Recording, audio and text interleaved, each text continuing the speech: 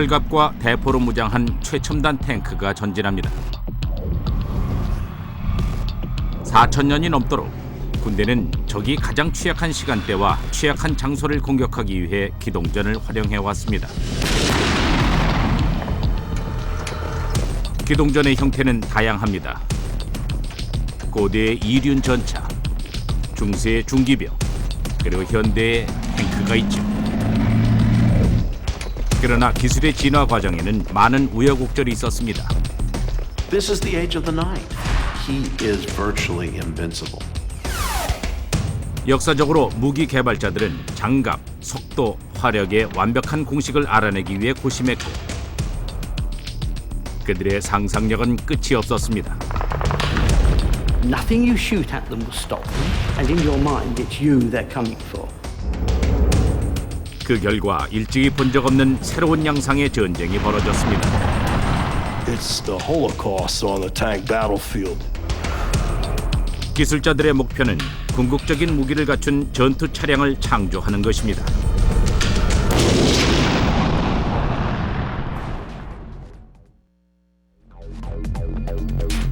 지상전에서 기동력은 전투 장비의 가장 핵심적인 요소입니다. 이 장비들은 늘 최고의 능력을 발휘하며 먼 곳까지 자신의 위력을 과시하고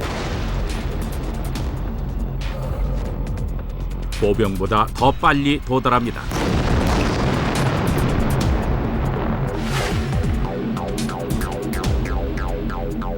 오늘날의 교전 지역을 지배하는 전차는 미군의 M1A2 에이브람스입니다.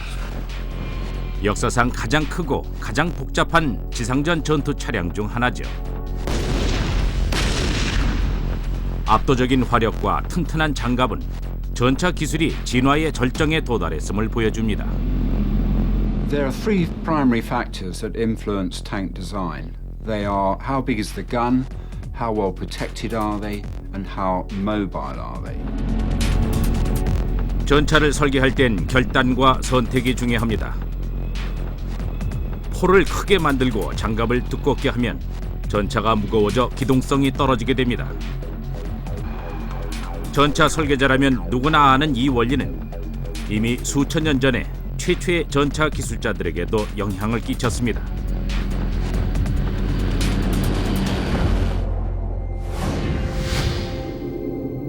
기원전 1457년 중동의 메기도. 역사상 최초 이륜 전차 전투로 기록된 전쟁에서 두 대군이 충돌합니다. 파라오 투투모세 3세가 이끈 이집트군의 기동력은 적군인 가나안 부대를 괴멸시켰고 그 기동력과 용맹함으로 적의 전차 1000대를 획득하며 극적인 승리를 거두었습니다.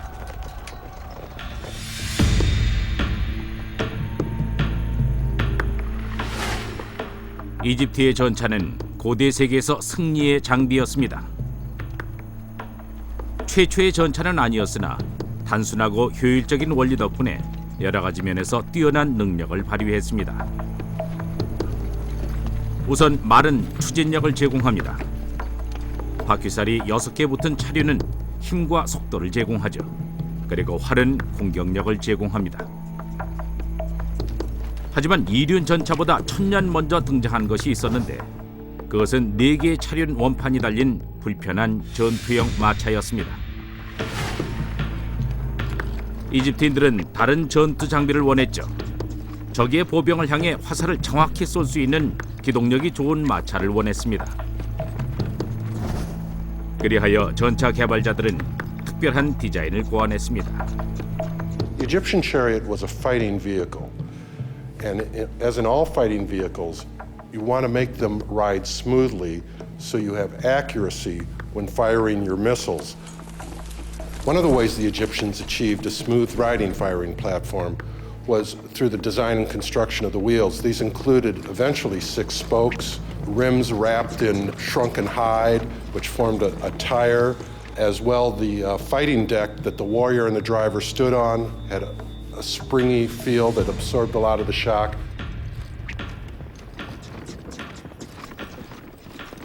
이 전차의 성공 비결은 뜻밖의 장소에서 발견됐습니다. 펜실베니아의 한 경마장입니다.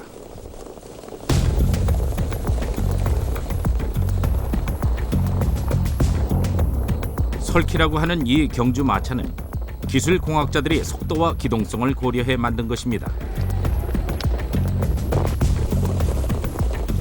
설키 기술은 경쟁이 치열합니다. 사소한 요소 하나까지도 경주의 우승을 위해 만들어지죠. 그래서 설키는 27kg 미만으로 굉장히 가볍고 뼈대는 타원형으로 돼 있어 마치 비행기 날개처럼 항력을 최소화시켜줍니다. 가벼움은 기동성의 필수 조건이기 때문에 이집트 전차도 약 35kg으로 설키만큼 가벼웠습니다. 그러나 그만큼 대가는 컸죠. 마차는 장갑이 안 돼 있어 마부와 전사 두 전투 요원은 완전히 무방비 상태였고 살 길은 오직 속도와 무기뿐이었습니다. That's not because they didn't want to protect the individual inside. It's because they felt they didn't need to. Because any chariot was supposed to fight away from the army. They were supposed to be able to pour archery fire on somewhere from a distance. 마차의 빠른 기동력은 생사를 가르는 문제였습니다. 이에 이집트 기술자들은 난국을 헤치고 대단히 효율적인 설계를 구축했습니다. 그들은 바퀴축을 바퀴의 맨 뒤에 달아 방향 전환 능력을 최대화시켰습니다. These chariots had to be able to turn on a dime, stop on a dime, where other chariots are turning, spinning, and wheeling. 그러나 신속한 방향 전환 때문에 전차가 뒤집힐 위험도 커졌습니다. 이런 위험을 예상한 이집트 기술자들은 전차의 축거폭을 1.75m로 잡아서 급회전 시 전복되지 않도록 했습니다. 또한 고대 기술자들은 기동성이 뛰어난 마차에 발사대를 설치해 먼 거리에서도 적의 보병에게 화살을 날릴 수 있도록 했습니다.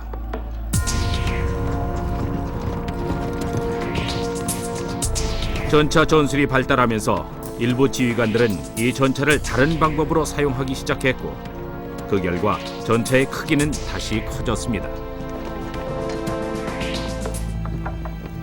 하지만 전차는 무기로 쓰기엔 너무도 많은 제약이 있었는데 험한 길이나 늪지대에는 배치할 수 없는 데다 제작 유지비가 비쌌습니다. 로마 제국 시대가 되면 전차는 오직 경주와 각종 의식에만 사용됩니다. 군대에서 더 유용한 무기를 개발했기 때문이죠. What kills off the chariot is the horse. Now that seems very strange, but horseback riding will eventually mean that the chariot is no longer needed on the battlefield. 그리하여 몸집이 작았던 말을 더 크게 키워 전사를 태울 수 있게 했습니다.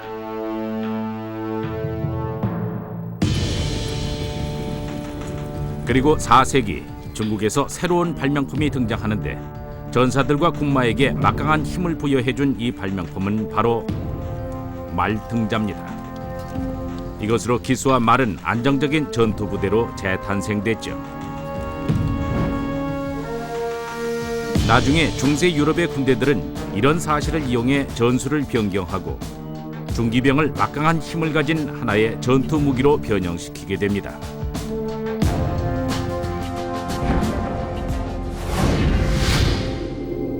(1429년) 프랑스 중북부의 파테 지역.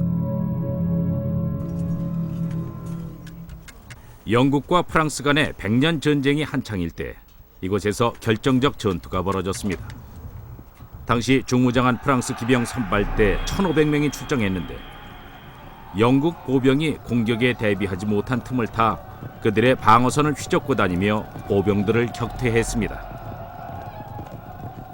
이 중기병의 공격력으로 인해 영국군은 완전히 패하고 말았죠. This is the age of the knight. The man who rides on his horse, who is armored, who carries a lance, and uses cavalry tactics. He is virtually invincible. 수세기 동안 말을 탄 전사는 강철 등자로 인해 균형 잡힌 자세로 전투에 임할 수 있었습니다. 간단한 실험을 통해 그 효과를 알아봅니다.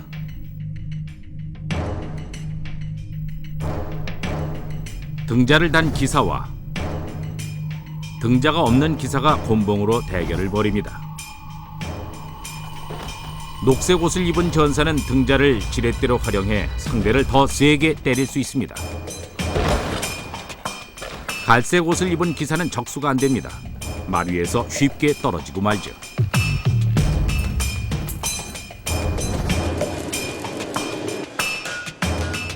강철로 단조한 등자를 안장과 굴레에 연결하면 새로운 종류의 전사가 탄생됩니다.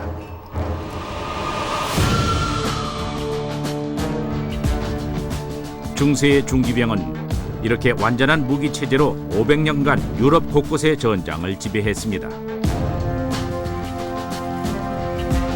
전술에서 기병들은 성문을 부수는 역할을 맡았는데 그들은 일렬로 달리며 단순한 돌격 작전만으로 적군을 격퇴시킨 것으로 추정됩니다.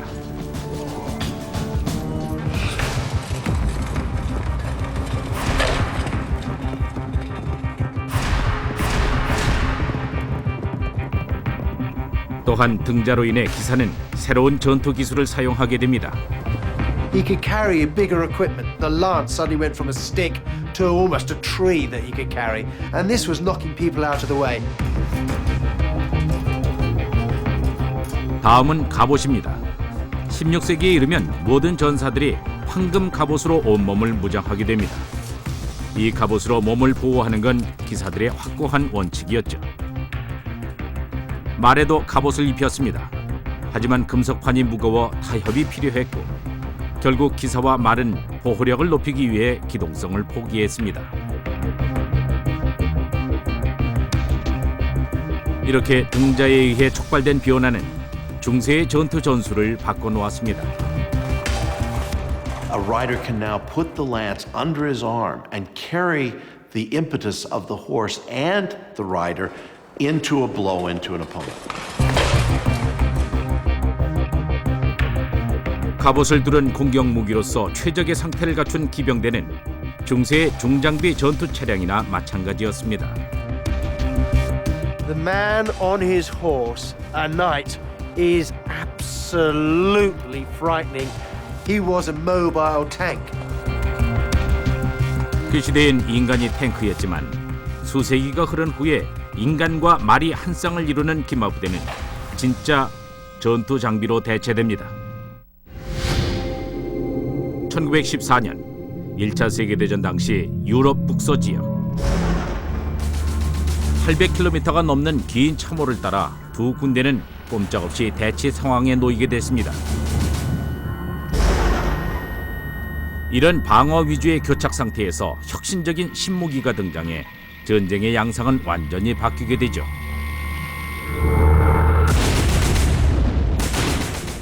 양쪽 군대가 참호전에서 교착 상태에 빠지자 연합군은 필사적으로 해결책을 찾기 시작했습니다.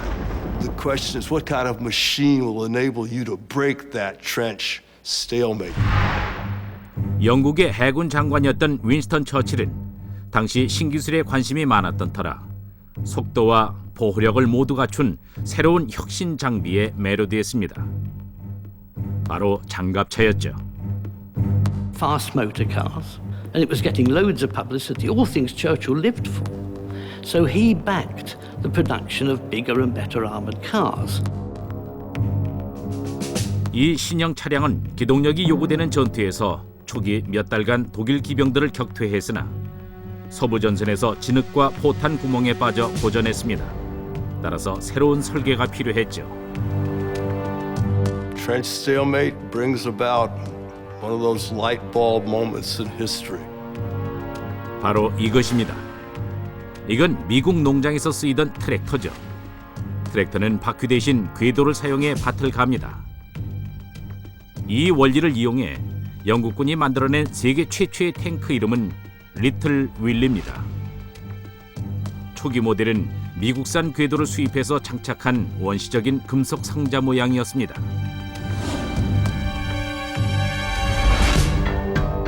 이 궤도 기술은 전쟁의 진로를 바꿔놓을 잠재력을 가지고 있었습니다. 하지만 초기 실험은 절망적이었습니다. 리틀 윌리의 앞머리가 궤도 앞으로 삐져나와 있어 탱크가 참호에 떨어지면 올라올 수가 없었습니다. 완전한 실패작이었죠.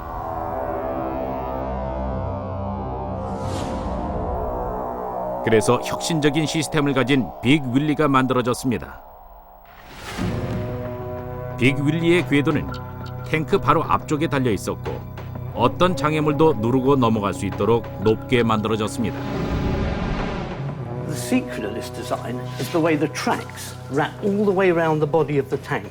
The reason for this is that the tanks are expected to cross wide trenches, 9 feet wide in some places, and rough ground. 빅 윌리의 공격 능력은 시험대에 올랐고 그 결과 이 괴물 전차가 독일군 진지를 부수는 열쇠가 될 수 있음이 밝혀졌습니다. 1916년 9월 영국의 혁신적인 전투 기계가 방심하고 있던 적군을 향해 돌진했습니다. You've got to imagine a type of machine that nobody had ever seen before. And I don't just mean the Germans, I mean most of the British soldiers on the Somme had never seen anything like this. And they start moving in the pre-dawn mist when you can hardly see your hand in front of your face. It appears to slither along the ground. It's quite bizarre the way it moves. So far as the Germans were concerned, they called these machines the devil, and the cry soon went up along the trenches, the devil is coming. Nothing you shoot at them will stop them. And in your mind, it's you they're coming for. 그러나 독일군은 일단 충격에서 벗어나자 곧바로 이 기계의 약점을 알아냈습니다. 탱크의 실내 환경은 안에 있는 병사들에게 치명적이었습니다. Well, I'm in, and there's nowhere to put my hands because I'm between the transmission and the engine, and all that's hot, and I'm already feeling claustrophobic. This is the engine, a mass of red-hot moving parts. You can imagine the heat that that generates, and every crew member is only 2 or 3 feet away from it. The only way to communicate was with one of these. Of course, the crew can't really see what is going on, and they can't really derive the comfort from looking at each other because all they see is an outline in the dark. Their face is covered by one of these chainmail masks, which is some protection against the metal splinters that flake off the side of the tank as soon as it's struck by explosive. The most difficult thing you have to worry about is plunging artillery fire, because artillery fire can kill a World War I tank. It's only moving 3 miles an hour. It's a big target.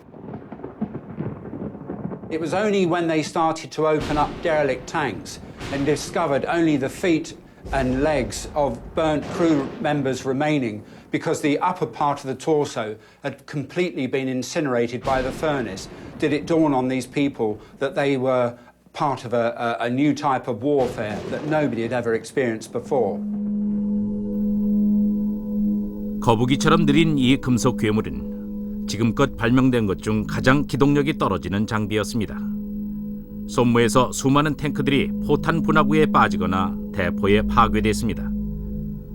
독일군 진지까지 간 건 3분의 1에 불과했죠. 이 탱크는 한 가지 목표만을 위해 설계됐는데 그것은 독일군의 진지를 파괴해서 연합군 병사들의 진격을 이끄는 것이었습니다. 그러나 승리를 이끄는 무기가 되는 데는 실패하고 말았죠. 기계적인 문제도 많았던 데다 군 전략가들은 탱크의 혁신적인 잠재력을 보지 못했습니다. 그러다 드디어 때가 옵니다. 20년 후 2차 세계대전에서 탱크는 전쟁의 핵심 무기로 자리매김하게 됩니다.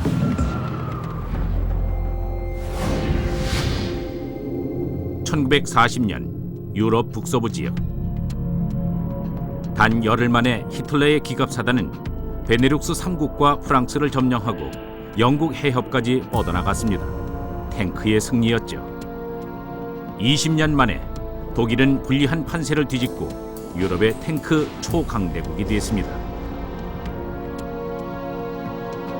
아이러니하게도 독일 측에 영감을 준 사람은 영국 장교였습니다. Major JFC Fuller, the British Army, is a visionary when it comes to the use of the tank.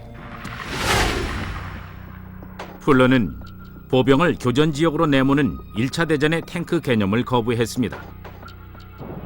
그는 자신의 저서에서 탱크만으로 구성된 부대의 대규모 공격이 가지는 위력을 예견했습니다. 대단히 급진적인 생각이라 적국의 주목을 받았죠. Fuller, ironically, can't sell the idea in Britain.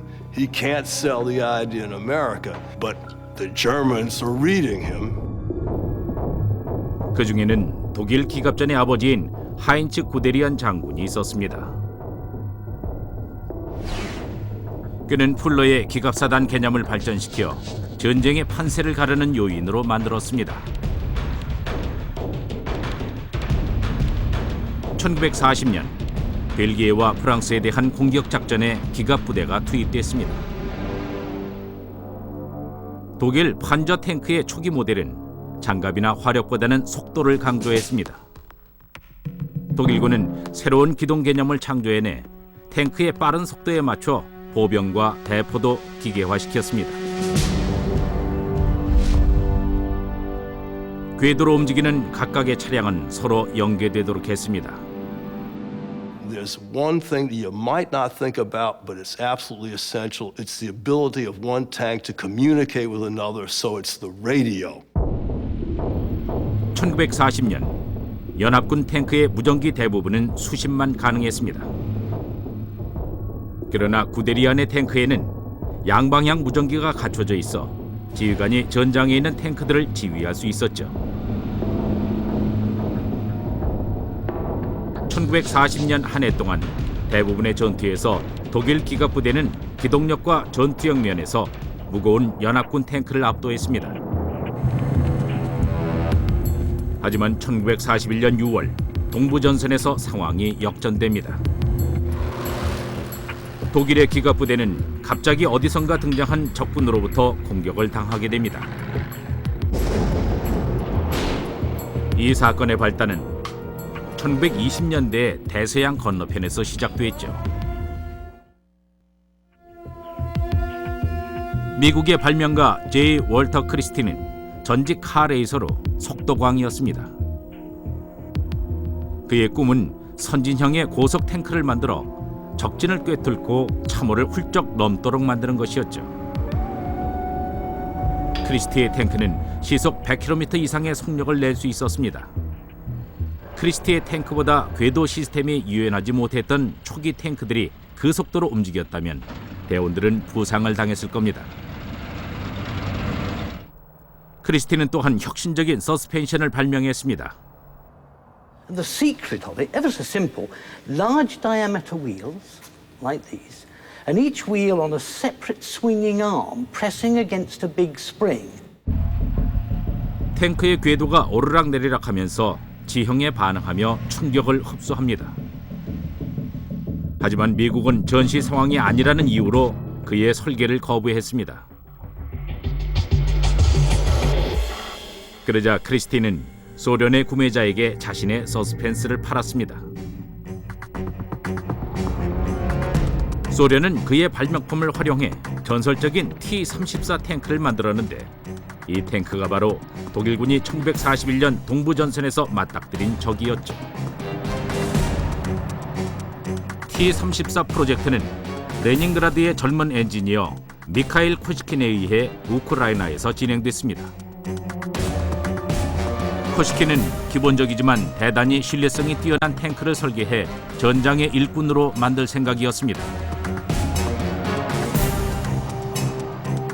탱크의 내구성을 자신했던 그는 견본 한 대를 몰고 모스크바로 가 소련군 지휘관들에게 사열을 받았고 T-34는 승인을 얻었습니다.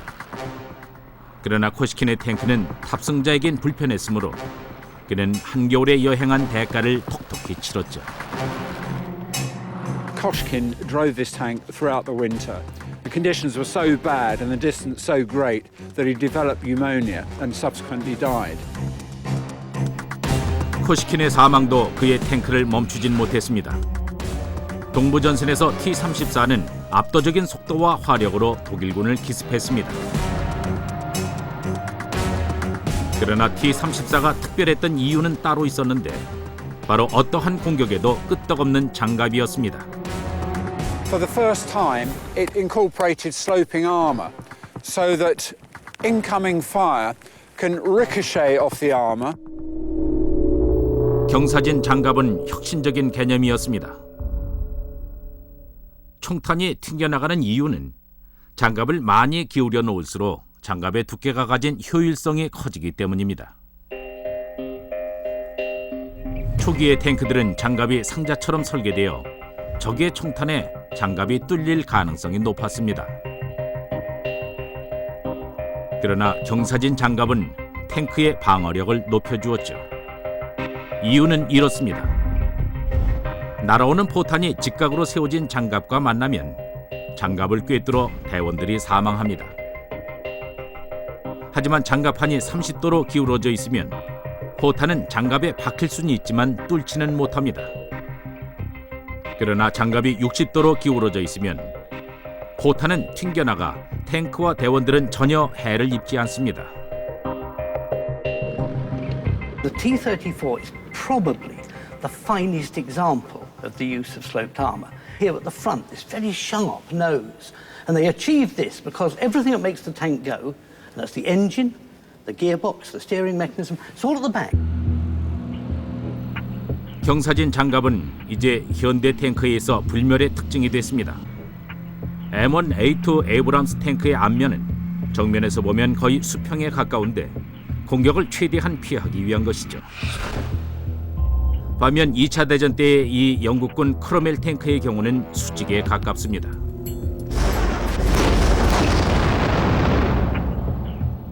그러나 현재 미군이 사용하는 이 탱크는 방어 능력에만 의존하고 있는 것은 아닙니다.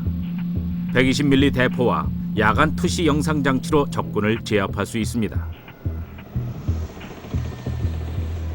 사막의 폭풍 작전 당시 이 탱크의 대포 유효 사정거리는 이라크의 탱크를 능가했습니다.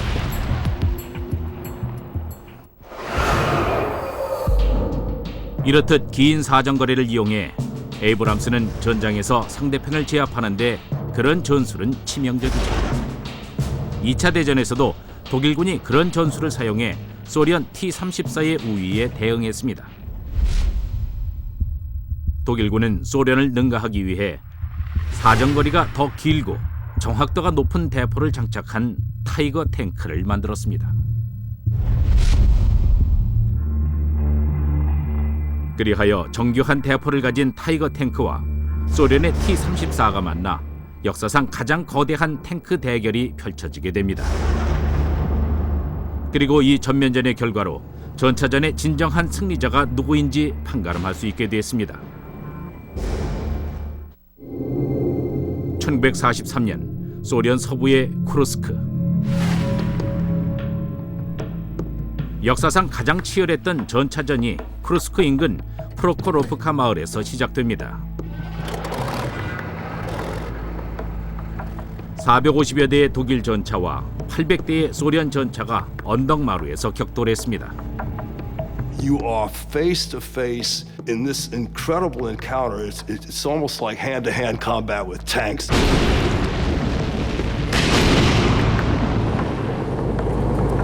Ahead would have been hundreds of German tanks. And every single crewman must have felt they were lining up on him personally. You don't have time to think. You fire, you shoot, you ram. The feeling of vulnerability is completely accentuated by this lack of vision. All I can see is the next slope ahead and very little else. They must have felt dreadfully vulnerable. The losses are phenomenal. You have to imagine men bailing out of tanks that are on fire, and when you bail out, you're going to get shot. 양측에 엄청난 사상자가 발생했습니다. It's the Holocaust on the tank battlefield because the next day there are these hundreds of burning hulks. 정확한 수치는 알 수 없으나 이날 500대가 넘는 탱크가 파괴된 것으로 추정됩니다. 단 한 번의 교전에서 역사상 가장 방대한 규모의 전차전이 벌어졌죠. 격전이 벌어지고 7주 후 독일은 공격을 멈추었고 소련이 치른 대가는 엄청났습니다. 그러나 전차는 소련군이 더 많이 잃었을지 몰라도 타격을 더 많이 받은 쪽은 독일이었습니다. 그 이유는 서로 다른 기술 때문이었죠. But if there's one thing that characterizes all these Russian tanks, it's the crude finish, and it's very noticeable here on the T-34's turret. You can see cast markings, weld markings. Now, if you compare the rough finish of this tank with the German Panther over there, the contrast is fantastic. It's as if those tanks were finished off in the Mercedes-Benz body shop. It's a beautifully made machine. 인상적인 75mm 포를 탑재한 판터는 크루스크 전장에서 선보인 독일의 신형 탱크입니다. 외관은 아름다울지 몰라도 독일은 이 탱크를 산업 규모에 맞게 생산할 수 없었습니다. 정밀 제작한 판터는 겨우 6천여 대에 불과했죠. 그러나 미카일 코시킨의 설계 도면을 바탕으로 한 소련의 탱크 기술은 단순하면서도 신뢰성이 높아 T-34를 4만 대나 생산할 수 있었고 독일은 숫자에서 밀릴 수밖에 없었습니다. 이제 독일의 개발자들은 새로운 나라를 정복하기 위해 빠른 탱크를 만들 필요가 없어졌습니다. 적의 공격으로부터 조국을 지키는 것이 관건이었죠. 보호력 강화가 당면한 목표였습니다. 독일군은 킹 타이거를 배치합니다. 이전 버전보다 전면 장갑이 2배나 두꺼워진 2차 대전 역사상 가장 무거운 탱크죠. 그러나 두꺼운 장갑만으로는 연합군의 침공을 막아낼 수 없었습니다. 그들은 점점 다가왔습니다.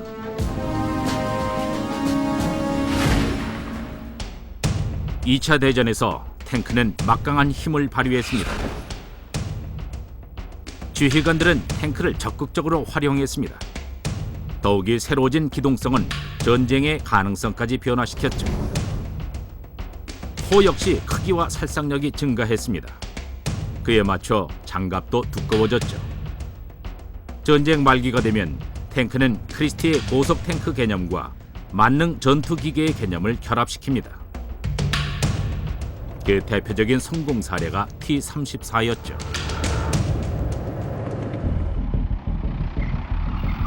하지만 2차 대전 후 몇십 년에 걸쳐 정규전에 맞게 개발된 탱크는 다양한 종류의 적들과 맞닥뜨리게 되고 다양한 탱크 킬러들이 등장합니다.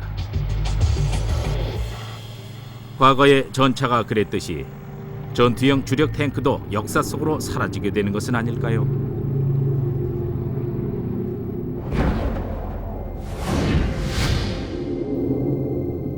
(1973년) 아랍 국가들의 이스라엘에 대한 기습 공격으로 제4차 중동 전쟁이 촉발됩니다.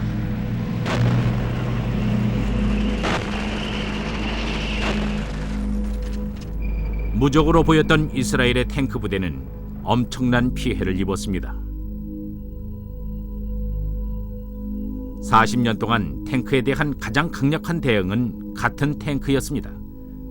그러나 이번에 이집트의 병사들은 예상치 못한 치명적인 무기를 사용했죠. There was an introduction of something that changed the equation on the battlefield, and that was this light, portable anti-tank weapon. 이스라엘의 탱크를 파괴시킨 건 병사들이 가방에 넣어 운반할 수 있는 휴대용 미사일과 대전차 로켓포였습니다. 2차 대전 이래 사용되어 온 대전차 폭발물은 장갑을 뚫고 들어가는 방식이었습니다.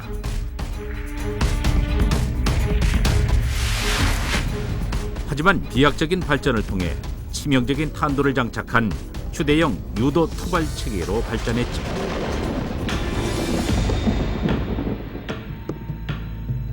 성형 폭약이라고 알려진 이 탄두는 제 아무리 두꺼운 탱크 장갑도 칼처럼 잘라냅니다. This is a shaped charge. The top part here is filled with explosive. This is designed so that when the explosion travels down here, this copper actually turns to liquid and is concentrated on a point down here. and that allows the liquid metal to actually puncture straight through the target. It will completely carve up the crew, or it will set off ammunition fires, which in turn, of course, will produce internal explosions, which will completely finish them.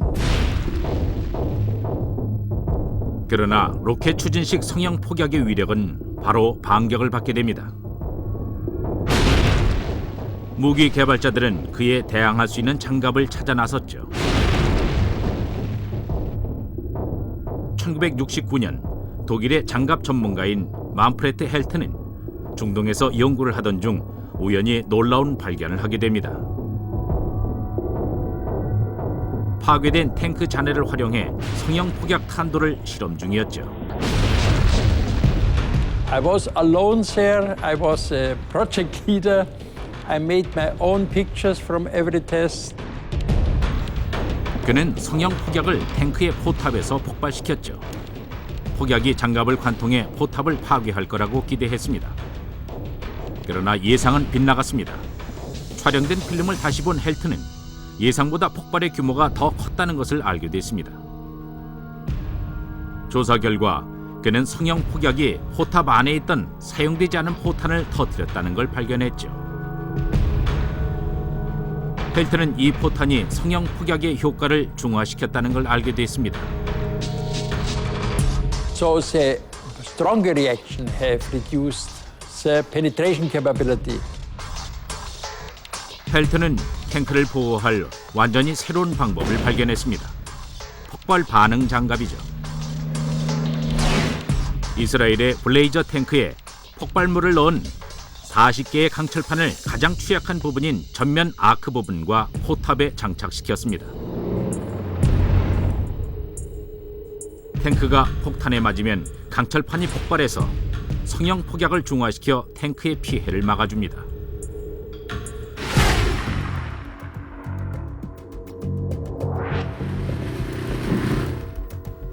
폭발 반응 장갑으로 보호가 된 탱크와 보호가 안 된 탱크의 성형 폭약을 폭파시켜 비교하면 이해하기가 쉬울 겁니다. 두 개의 강철탑은 탱크의 장갑을 나타냅니다. 성형 폭약을 각 탑 위에 놓습니다. 두 번의 폭발이 이어질 겁니다. 보호가 된 것과 보호가 되지 않은 것. 얇은 플라스틱 폭탄을 성형 폭약과 강철탑 중간에 비스듬히 놓습니다. 탱크에 장착하는 폭발 반응 장갑판과 비슷한 각도죠. When the shape charge is fired, it will detonate the sheet of plastic explosive and hopefully disrupt the blast. Then we can compare the number of steel plates penetrated with the protection of explosive reactive armor and without. Firing in 3, 2, 1, firing!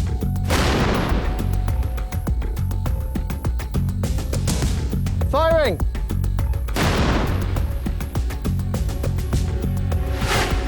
There was a huge release of energy in both those two explosions. In this first stack, we didn't have anything between the shaped charge and the top plate. 성형 폭약은 깔끔하게 진입 구멍을 뚫어 놓았죠. 폭발로 거의 6개의 강철판이 관통됐습니다. 15cm 두께죠. It's actually gone almost all the way through it. If we compare that to the stack that was protected by our simulated explosive reactive armor, the entry on the top plate is a lot messier. A lot of this seems to have been disrupted. 그러나 관통된 강철판은 3개에 불과합니다. 폭발 반응 장갑이 충격을 절반으로 감소시킨 겁니다. So had this been an attack on a tank, I think the protection offered by the explosive reactive armor could well have saved the crew's lives. 이 기술은 이제 탱크를 만드는 대부분의 나라에서 사용하고 있습니다. 제일 처음 받아들인 것은 이스라엘 육군입니다. 그건 전차병들을 위한 안전 프로그램의 시작일 뿐이었죠. 4차 중동전쟁을 겪고 난 후 이스라엘군은 전차병의 보호를 최우선으로 합니다. 그로 인해 탱크 설계는 정치 경제적 차원에서 제작됩니다. 메르카바 탱크는 전체 사망자 2,500명 중 대부분이 전차병이었던 1973년 전쟁 이후 제작됐습니다. 이스라엘은 인구가 적기 때문에 고급 인력인 전차병의 손실은 탱크의 손실보다 더 타격이 큽니다. 병사들은 귀하고 교육비도 많이 들죠. 그래서 메르카바 탱크에서는 화력과 기동성이 2, 3순위로 밀려났습니다. 다른 주력 전투형 탱크들과 달리 메르카바의 엔진은 앞에 있습니다. 승무원과 폭발물 사이에 추가 장벽을 두는 것이죠. 탱크의 형태도 납작한 유선형이라 맞히기가 힘듭니다. 심지어 포탑조차도 맞히기 힘들게 설계됐죠. The turret is basically on the top. It's very narrow, so it will be very, very hard to hit. As you can see, it's shaped as an arrow to the front.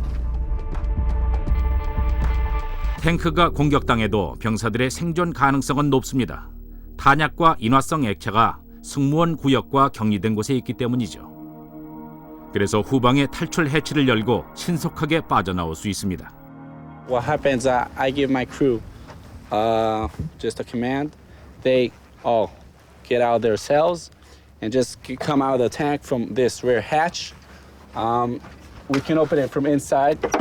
It just opens on the top and on the bottom. The whole crew gets out and we go to a safer spot. 메르카바는 승무원의 안전을 최우선으로 하므로 전장에서 탱크 자체는 더욱 위험해집니다.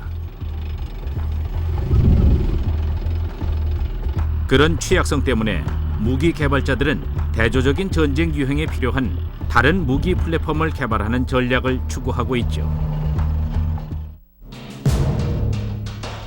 주력 전투형 탱크는 여전히 승패를 좌우합니다. 미군의 에이브람스 탱크는 2번의 걸프전 동안 지상전 공격에서 결정적인 역할을 했죠. M1A2 에이브람스는 현대 중전차의 정수입니다. 한 세기 동안의 탱크 개발 기술이 축적된 결과물이죠. 대형 120mm 포에는 레이저 거리 측정기가 달려 있으며 반응 장갑이 가미된 강철과 세라믹이 여러 겹으로 보호하고 있어 아주 튼튼합니다. Abrams tank is the most powerful battle tank in the world right now. There is no tank that can match an Abrams in open battle. 에이브람스 탱크의 무게는 무려 61톤으로 세계에서 가장 큰 탱크 중 하나이다 보니 불가피한 단점도 뒤따릅니다. 에이브람스는 킬로미터당 거의 6리터의 연료를 집어삼킵니다. 그러나 이러한 병참적인 문제에도 불구하고 탱크 없이 전면전이 벌어질 거라고는 예상하기 어렵습니다. If you're projecting the possibility of a war with, say, an enemy like North Korea, that will be a conventional war. And you'll need an Abrams. You've got to have an Abrams. 그러나 현대전은 비대칭전일 확률이 높고 반란 세력과의 싸움이 많습니다. 전쟁의 무대가 도시일 경우가 많기 때문에 탱크의 덩치와 느린 기동력은 표적이 되기 쉽죠. Definitely the place that is the most dangerous for using a tank would be an urban environment. The most restrictions, the most opportunity to get behind you or over you to attack you. 탱크의 이런 한계 때문에 무기 개발자들은 대안을 마련했습니다.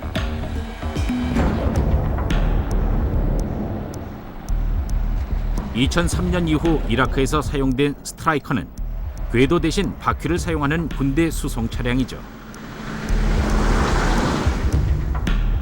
속도와 기동성이 뛰어나 병사들을 수송하는 전장의 택시로 활용됩니다. 화력과 보호력은 에이브람스에 한참 못 미치죠. 이라크에서는 길거리 폭탄에 취약점을 노출했습니다. 그러나 무게가 탱크의 3분의 1도 채 안 돼서 분쟁 지역으로 날아가듯 이동할 수가 있죠. 특히 도시전에서 뛰어난 기동력이 돋보입니다. A Stryker can go down streets that an Abrams tank is too large to get through because the tank is so big and so powerful. 스트라이커는 무기의 경량화라는 오랜 전통의 끝에 서 있습니다.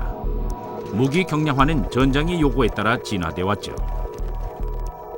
2차 대전 당시 미 육군의 수송 중추였던 전통적인 지프에서 군대 수송 차량, 구급차, 자동화 무기 플랫폼을 혼합한 오늘날의 험비까지.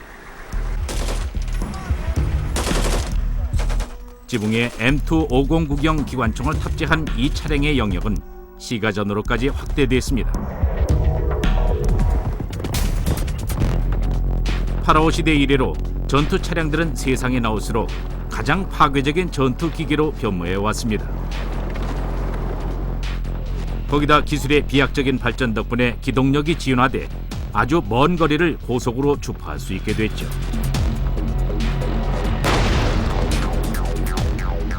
수천 년 동안 이 기계들은 전술을 변화시키는 데 크게 기여했고 지휘관들은 이들을 적극적으로 활용해왔습니다. 지상전의 미래는 앞으로도 변함없이 속도와 장각, 그리고 화력의 놀라운 조합에 의해 좌우될 것입니다.